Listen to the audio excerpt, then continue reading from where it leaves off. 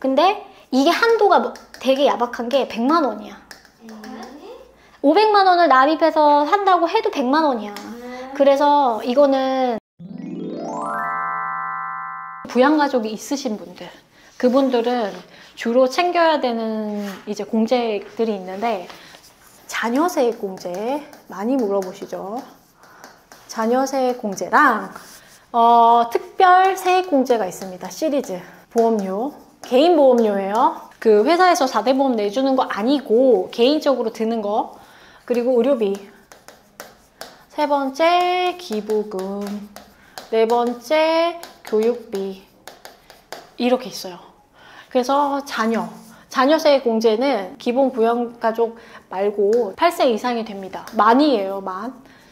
그래서 자녀세액 공제는 인당으로 받을 수 있어요. 자녀 장려금이 있어요. 근로장려금 이런 건 들어보셨죠? 근데 이제 자녀가 없으시니까, 없으신 분들은 자녀 장려금을 생각을 못 하는데, 자녀가 있으신 분들은 이런 거 생각한단 말이지. 자녀 장려금을 받으시는 분들이 있어요. 이런 혜택 받으시면 안 돼요. 중복해서 받을 수는 없어요. 인당 15만 원. 그럼 인당 15만 원이니까 2인일 경우에는 30만 원 이렇게 됩니다. 그리고 만약에 3인 이상이면은 30만 원 기본적으로 뽑고, 3인 이상인 경우에는 30을 박아 놓고 여기에다 한 명당 30을 해줘요. 다자녀 같은 경우에는 여기가 해당이 되겠죠. 이 자녀에 대해서 포함은 위탁아동이라든지 입양자 가능합니다. 더 좋은 정보를 전달할 수 있도록 구독과 좋아요로 응원 부탁드리겠습니다. 그리고 특별세액공제라고 해서 저희가 보험료랑 의료비랑 기부금이랑 교육비 많이 물어보는 거다. 이 네 가지가 헷갈리는 게 뭐냐면, 앞에서 내가 기본공제랑 추가공제 얘기를 했었잖아요. 근데 기본공제가 대상이 안 되는데 돼요? 막 이런 거 물어본단 말이야. 기본공제라는 거는 나이 요건이랑 소득 요건이 동시에 갖춰지면 기본공제에 대해서 150만 원이 된다고 했는데, 이게 아님에도 불구하고 보험료 공제나 의료비 공제나 기부금 공제나 교육비 공제가 될까요? 라는 게 핵심이거든. 되는 것도 있고 안 되는 경우도 있어요. 뭐냐면, 여기서 정리를 해줄게.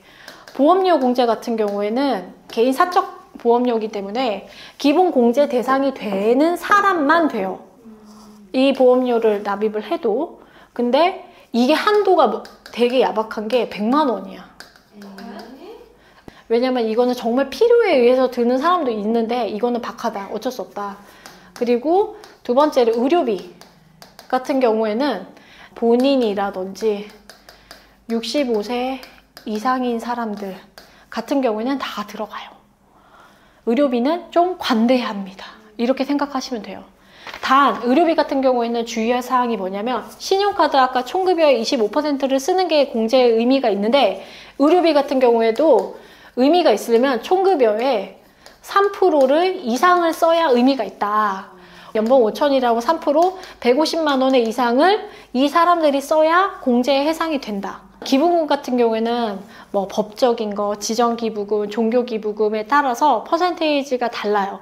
그렇기 때문에 기부처에서 보통은 요즘에는 전자기부 영수증을 해서 이제 구체성에서 조회가 되는 경우도 있는데, 그렇게 조회를 해봤을 때 저희가 편리한 연말자산 다다닥 넣으면 자동적으로 법정 기부금의 단체에다 했으면 100% 받는 거고, 뭐 종교단체다라고 하면 20% 받는 거고, 기부처에 따라서 받는 퍼센테이지가 달라. 저희가 편리한 연말정산 사이트에서 한번 받아보시는 거 있고, 혹시나 기부단체에서 누락되는 경우가 있어요. 기부금을 받았는데 영수증을 안 끊어준 경우가 있어. 종교단체가 조금 심하긴 한데, 그런 것들이 누락돼 있으면 따로 종교단체에다 영수증 같은 거를 요청을 하셔서 인사 담당자한테 제출하세요. 그러면은 기부단체에 대해서 이제 법정인지 뭔지 판단을 해가지고 이제 퍼센테이지 별로 기부금을 할 수 있으니까. 네 번째로는 교육비예요. 교육비 공제. 기본 공제를 했는데 나이, 소득 요건에 구애받진 않아요. 만약에 초등학교다, 중학교다, 고등학교다 라고 하면 사적인 교육기관에서는 공제받지 못해. 사적으로 학원비라든지 이거는 이렇게 학원이 뭔가 국가기관에서 정해준 데가 아니면은 너무 사적인 데에서는 받지 못한다라고 그 정도로 아시면 된다. 만약에 제 어머니가 지금 만학 돌아가지고 불이 타올라가지고 다니셨는데요 라고 하면 그건 안 됩니다. 아래로 돼요. 아래로. 이게 직계 존속이고 직계 비속이라는 저희가 세법 용어를 쓰는데 존속은 안 된다. 안 된다. 그래서 애기들만 된다 라고 보시면 돼요. 여기 대학교까지. 그리고 본인도 뭐 MBA 과정이나 해가지고 됩니다 라고 했을 때 본인은 전체 다 공제된다. 교육비 제출 영수증을 인사팀에서 받아보실 거예요. 중요한 3가지. 한번 마지막으로 정리하면 기본 공제랑 추가 공제를 명확히 해서 세무서에서 이게 바로 연락 오지 않아요. 잘못 넣으면. 꼭 2년 후에 연락 와. 왜냐면 공무원들 바쁘니까. 그러면은 2년 후에 연락 오면은 과다하게 환급을 받았단 말이지. 그러면은 원래 받을 환급액과 과다하게 받은 환급액의 차이의 10%를 돈을 내시고 플러스 지금까지 안 낸 이자 받아야겠죠. 국가 입장에서는 이자에 대한 가산세도 붙으니까 그러면 당황하죠.